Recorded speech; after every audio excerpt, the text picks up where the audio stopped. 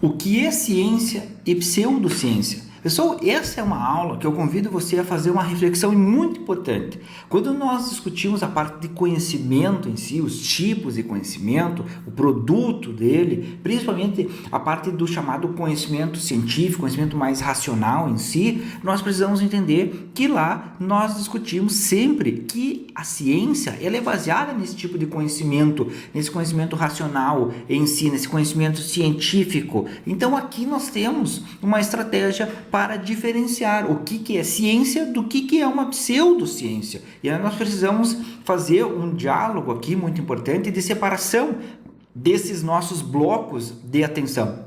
Do que é a ciência para esse bloco de pseudociência. E aí nós vamos começar do primeiro ponto, da primeira base, que é ciência. Nós trazemos aqui já da onde que eu trago esse ponto, que é do dicionário em si, para nós entendermos esse ponto que é pelo menos 7 elementos importantes. Primeiro deles, o que é ciência? É um conhecimento atento e aprofundado de alguma coisa. Ou seja, o que é coisa? De uma área que nós estamos pesquisando, da engenharia, da administração, da parte das ciências biológicas, da economia, de outros elementos. Então, ela é uma área que eu estou trabalhando em si, que eu estou pesquisando, e muitas vezes não é uma questão só de um aluno de mestrado ou um aluno de doutorado, um conhecimento atento e aprofundado. O pessoal que desenvolve iniciação científica, que está desenvolvendo uma monografia, é um conhecimento atento e aprofundado sobre um determinado assunto, sobre um determinado tema delimitado de pesquisa.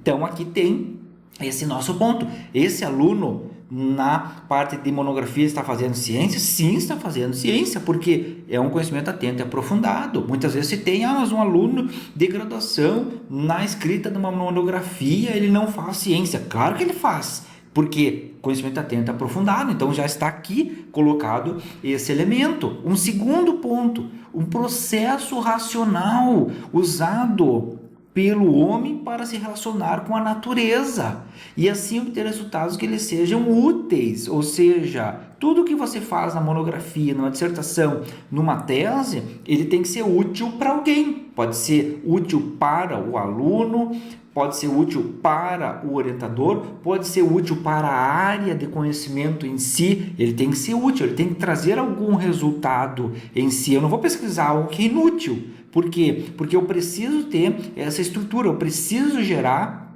essa estrutura do conhecimento científico, ou fazer ciência, para trazer algum resultado para a natureza, ou seja, se colocar algum ponto que seja de utilidade. Um terceiro ponto é um corpo de conhecimento sistematizado, que é adquirido via observação, que é o principal ponto da estrutura lógica, o caminho lógico do método científico. Primeiro ponto, observação, da identificação, da pesquisa e explicação de determinadas categorias de fenômenos, de fatos em si, que são formulados metódica e racionalmente. Terceiro ponto importantíssimo, que é da observação. Um quarto ponto, então o que é ciência? É uma atividade, ela é uma disciplina, é um estudo voltado para qualquer ramo do conhecimento. Então qualquer ramo do conhecimento ele faz ciência. Por quê? Porque ele trabalha num conhecimento atento e aprofundado de alguma coisa. Um quinto ponto, conjunto de conhecimentos teóricos, práticos, conhecimentos técnicos voltados para determinado ramo de atividade. É um talento, uma maestria em si. Um sexto ponto, conhecimento puro, independente muitas vezes da aplicação. Então tem aqui a pesquisa básica e a pesquisa aplicada, é a questão desse ponto que ele está trabalhando, o conhecimento puro, ou conhecimento ou pesquisa básica em si. E um sétimo ponto e último nesse primeiro nosso momento, que é o conhecimento que em constante interrogação de seu método. Por isso, a parte do conhecimento científico, ele ser crítico e ser falível, porque interrogação do seu método, eu posso interrogar aquele método, porque você vai ter, se é numa monografia, se é numa dissertação, numa tese, você vai ter uma banca e você vai ser interrogado, você vai receber perguntas sobre o seu método de pesquisa, sobre o seu material, sobre o seu caminho lógico que você colocou para chegar naquele resultado que você escreveu. Então, interrogação do seu método, as suas origens, seus fins, que procuram obedecer a princípios válidos e rigorosos. Por isso que nós precisamos entender muito bem a estrutura da pesquisa científica, dos métodos, quais são os tipos de delineamentos metodológicos, como que eu faço a coleta de dados, como eu faço a análise, a interpretação, porque ele tem que ser rigoroso, ele tem que ser correto naquele ponto de estrutura para que eu possa replicar esse conhecimento, para que eu possa replicar essa minha ciência desse elemento atento e aprofundado que eu estou fazendo naquele momento, almejando coerência interna e sistematicidade do conhecimento científico. Então, esses são pelo menos elementos, 7 pontos do que é ciência. Mas agora, se nós pensarmos por um outro lado, qual é a etimologia do termo ciência? Ela vem do latim, scientia, que é o saber, o conhecer, a arte, a habilidade em si. Ou seja, apesar, e aqui eu trago da palavra ciência remontar à antiguidade, somente no século XVII, olha só o tempo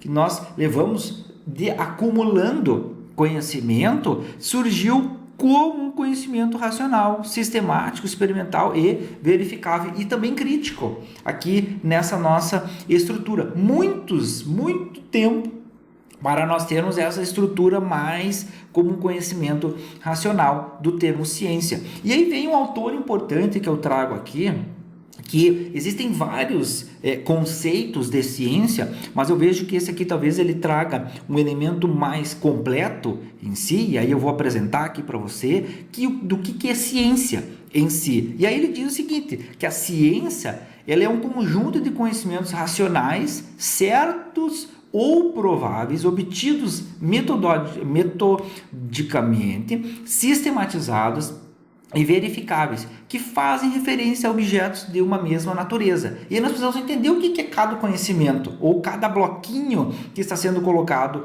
para esse termo de ciência. E ele diz o seguinte, olha, quando se fala em conjunto de conhecimentos racionais, tem exigência de um método científico e está constituído em uma série de elementos básicos, ou seja, eu tenho uma hipótese, eu tenho definições, eu tenho estrutura de objetivos, eu tenho um caminho lógico para fazer o levantamento dos meus dados, coletar os meus dados, interpretar os meus dados e depois divulgar os meus dados. Então, um conjunto de conhecimentos racionais. Um outro ponto que ele pode ser certos ou prováveis. Por que quer dizer isso? Que não se pode atribuir à ciência a certeza indiscutível de todo o saber que a compõe. Aquele ponto anterior, quando nós discutimos a parte do conhecimento racional em si, se tem que a ciência em si, ou o conhecimento racional, ele é um conhecimento crítico, ele é um conhecimento falível nesse ponto. Por quê? Porque nós estamos sempre buscando um avanço ou um próximo passo na nossa estrutura do conhecimento. E uma outra pessoa pode ter um olhar diferente, ela pode ter uma estrutura diferente. Sob certas condições, aquele meu conhecimento ele pode ser provável naquele momento, obtido metodicamente, ou seja, o que quer dizer? São obtidos mediante regras lógicas e procedimentos técnicos, ou seja, eu tenho um delineamento, por exemplo, um estudo de caso, um estudo de levantamento, um procedimento técnico, eu tenho uma estratégia para que se possa colocar, para que eu possa colocar as etapas da minha pesquisa científica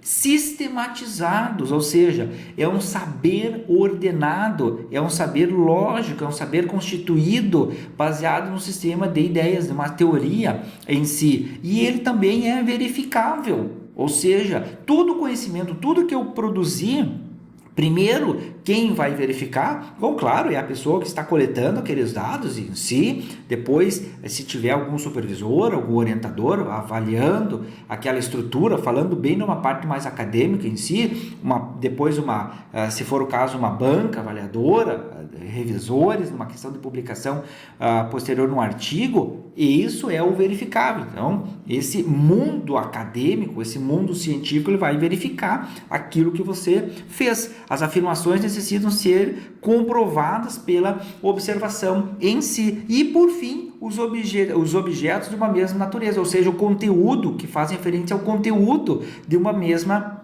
natureza. Então, os objetos pertencem a determinada realidade que guardam entre si certa homogeneidade. Eu tenho essa estrutura de áreas de conhecimento. Então, tem uma área de conhecimento da engenharia, tem uma área de conhecimento da física, da química, da biologia e assim sucessivamente. Porque que fazem referência ao conteúdo de uma mesma área do conhecimento. Essa é a grande questão que se traz aqui do que é uma definição para a ciência. Agora, nós temos uma parte de início, um start, quando está sendo discutido a ciência em si. E aí se pergunta, mas quais são os conhecimentos ou os componentes, as divisões da ciência em si? Pelo menos alguns pontos, qual que é o objetivo, a finalidade dela, se preocupa em distinguir a característica comum ou as leis gerais que regem certos eventos científicos, os novos conhecimentos em si.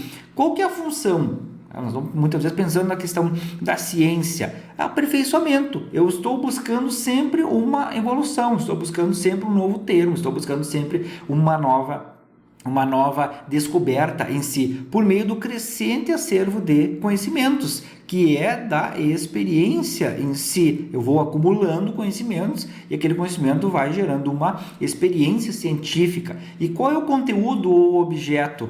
Tanto material, o que se pretende estudar, analisar, interpretar, ou até verificar, quanto o formal, que é o enfoque, qual é a forma, as diversas ciências que possuem o mesmo conteúdo material, ou seja, qual é aquela área mais formal que eu estou trabalhando. Então, por exemplo, se você é um aluno de mestrado ou de doutorado, você tem uma área de conhecimento. Você vai pesquisar naquela área de conhecimento em si, a não ser que seja aquelas áreas interdisciplinares, então que você vai fazer um mergulho em outras áreas um pouco mais paralelas ou que tenham uma interligação em si. Mas esse é o ponto mais formal. Se eu estou, por exemplo, pesquisando na área da engenharia mecânica, então é um conhecimento formal da área de conhecimento da engenharia mecânica em si. Esse é o ponto da questão de se fala nesse mesmo objeto material. Esse é um dos componentes da ciência em si. Agora eu tenho, por outro lado, o que se chama de classificação da ciência. Eu tenho aqui, e eu trago uma classificação que é da Marconi e da Lakatos em si, tem a área de conhecimento do CNPq, ou as áreas de conhecimento do CNPq, que se você faz iniciação científica, muitas vezes questão do mestrado, doutorado, você deve ter o domínio em relação a essas áreas de conhecimento. Se não sabe, aí pode fazer uma pesquisa em sites de busca, áreas de conhecimento, CNPq, você já vai avaliar esse item específico e o que quer dizer cada um e o que vai a sua, por exemplo, a engenharia mecânica, qual é a área de conhecimento que ela abrange em si, ou ela está alocada. Classificação da ciência por duas vertentes. Então, a primeira delas, chamada ciências formais em si. Seus objetos de estudo não têm uma existência concreta, que é a parte principalmente da lógica e a matemática. Ela estuda ideias abstratas, nada afirmam ou negam acerca do que sucede do mundo. Então, esse é um ponto importante. E as ciências factuais, as chamadas ciências mais empíricas. Bom, aí vem uma variedade de tipo de ciências que ela usam a experiência, os fenômenos naturais e sociais, procuram descobrir e explicar padrões, regularidades, fenômenos, elementos que acontecem sucessivamente em determinado tempo, em determinado espaço em si. Por exemplo, a área de ciências naturais, a área da física, geologia, astronomia, química, bioquímica, farmácia, biologia, medicina, botânica, veterinária, tudo isso na área das ciências naturais, a área das ciências sociais, antropologia, direito, economia, administração, política, psicologia, a parte de sociologia, tudo isso ciências sociais em si. Então, classificação das ciências, tanto formal quanto factual, ou as partes de ciência empírica. E tem um ponto importante, como nós colocamos aqui no título desse nosso vídeo, que é quais as características de uma prática pseudocientífica, ou a ciência e a pseudociência. E aí nós precisamos entender, de um lado uma e de outro a outra, a parte de pseudociência. Por quê? Porque nós temos uma relação de uma para a outra. Quando nós estamos falando em ciência, por exemplo, número 1, procura a evidência onde quer que ela esteja. Eu procuro fazer a minha pesquisa pelo método científico racional. Eu preciso ter o conhecimento científico para avaliar aquele meu contexto que eu estou pesquisando no meu, por exemplo, no meu laboratório, na minha coleta de dados em si. Por quê? Porque se eu partir por outro lado, aqui começa uma conclusão e só então busca confirmações. Tem casos, muitas vezes, que a pessoa, como ela já parte de um conhecimento popular, do conhecimento comum em si, o que acontece? Ela busca fazer, ela já tem a conclusão daquilo, então ela só busca elementos para confirmar, entre aspas, a teoria dela. Isso aqui é importante, é uma pseudociência. Para fazer uma avaliação contrária aqui, eu preciso partir de uma observação, e aí começar a trabalhar qual é o meu problema, levantar informações, propor caminhos lógicos para obter uma conclusão, para obter um resultado que seja falível, para um resultado que tenha uma confiabilidade em si. Agora, um segundo ponto é que a ciência ela adota o ceticismo, então ela é cética em relação àquela parte de que ela obteve de resultado. O que quer dizer isso? Que eu não posso confiar cegamente naquilo que eu obtive, eu preciso ter uma análise crítica, ceticismo. Agora, a parte de pseudociência, ela é hostil. O que eu obtive é isso e não me interessa a observação de outros. Não me interessa a observação da banca, me interessa o que eu obtive. Isso é uma prática pseudocientífica ou de pseudociência. Um terceiro ponto, usa terminologia precisa com definições claras. Porque eu preciso, quando eu estou fazendo uma escrita científica de um documento, um TCC, uma dissertação, uma tese, eu preciso dizer o que são aqueles termos, eu preciso colocar para o mundo científico o que eu estou usando no meu trabalho. Agora, na pseudociência, jargões, que muitas vezes só a pessoa sabe. O que quer dizer aquilo? Ninguém sabe. Ele inventou esse termo, ele inventou essa estrutura, ele está no laboratório fazendo algo que não existe como replicar aquele conhecimento. Por quê? Porque ele já tem a conclusão, ele é hostil a qualquer tipo de crítica em si. Um quarto ponto, alegações são cautelosas e temporárias. Falível, a ciência é falível. Um quarto elemento da pseudociência, as alegações são grandiosas e estão além das evidências. Então, às vezes a pessoa se vangloria que obteve tal item, mas por quê? Porque aquilo não é algo cauteloso, não é algo estruturado, não é algo planejado em si. Um quinto ponto, considera corretamente todas as evidências e argumentos, ou seja, eu preciso avaliar essas evidências, eu preciso avaliar os argumentos para tirar resultados, para discutir, para propor novas considerações em relação àquela minha área. Agora, do outro lado, só considera evidências as favoráveis e ele coloca numa estrutura, ele descarta aquilo que não interessa para ele, aquela pessoa naquele momento. Então, isso é uma prática pseudocientífica. Se considera somente as evidências que são favoráveis, imagina você fazer uma entrevista, pegar 10 pessoas, fazer uma entrevista, mas eu estou usando uma prática pseudocientífica. Então, aquelas pessoas que responderam contrárias à minha conclusão, eu descarto aqueles resultados, eu descarto aqueles elementos da entrevista. Bom, mas isso é uma evidência favorável, o que quer dizer? Que ele está fazendo uma pseudociência. Então, isso não pode ser algo científico, não pode ser algo que ele tenha uma estrutura, um caráter aqui de criticidade. Então tem que cuidar muito esse elemento. Um outro ponto, sexto, utiliza métodos rigorosos e reprodutíveis.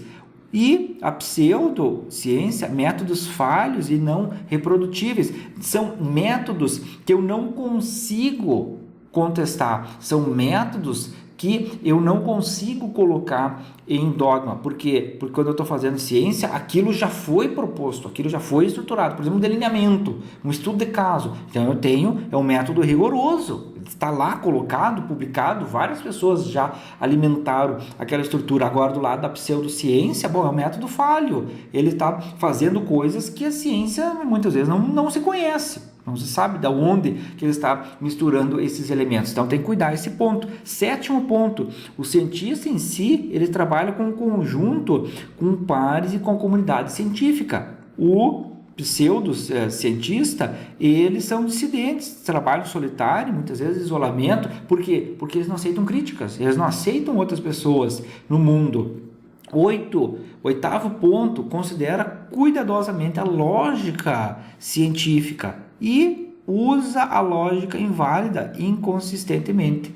E um 9º ponto e útil, pode mudar a cada nova evidência, a cada nova observação, a cada novo resultado obtido. E o pseudocientista é dogmático e inflexível. Aquilo que ele achou é a conclusão dele e pronto, ele não discute com ninguém. Então aqui nesse vídeo eu trouxe essa parte e deixo esse último slide para que você avalie o que é uma prática de ciência, algo racional, conhecimento racional, e do que é uma prática pseudocientífica, principalmente quando você estiver escrevendo uma monografia, de um TCC, de uma dissertação, de uma tese, que é uma prática pseudocientífica em si. Então, você vai ter que avaliar, você tem que cuidar, evitar jargões, você tem que evitar essa parte de ceticismo, você vai ter que se abrir a novas pesquisas, a novas leituras para avaliar aquilo que você está fazendo no seu trabalho em si. Lembrando a questão das evidências, você tem que colocar todas as evidências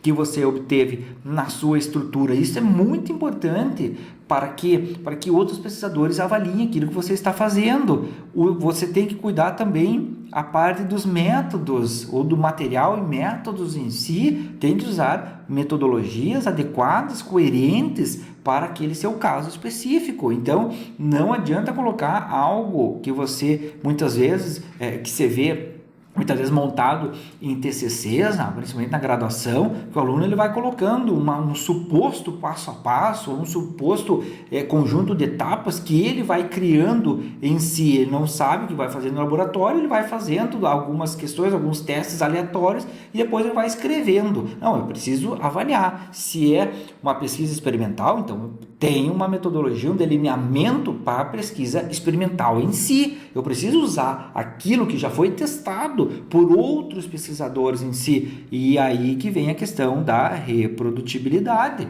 Tem que cuidar muito esse ponto. Não é fazer aleatoriamente. A pesquisa não é uma questão aleatória. A pesquisa é uma questão sistemática e organizada. Então eu preciso ter esse ponto também. E também pensar na parte de leitura de outros autores. Eu não posso trabalhar sozinho, eu não sou um lobo solitário nesse ponto, eu preciso ter leituras, eu preciso utilizar lógicas válidas, e isso é muito importante. Então eu espero que isso aqui, essa reflexão final, sirva para você quando estiver escrevendo todos esses seus pontos. Lembre-se sempre, principalmente na parte do delineamento e na parte da sua estrutura de introdução, onde você apresenta seus objetivos, onde você está apresentando aquilo que você quer entregar. Então aqui eu desejo para você aí sucesso na sua escrita e até o próximo vídeo.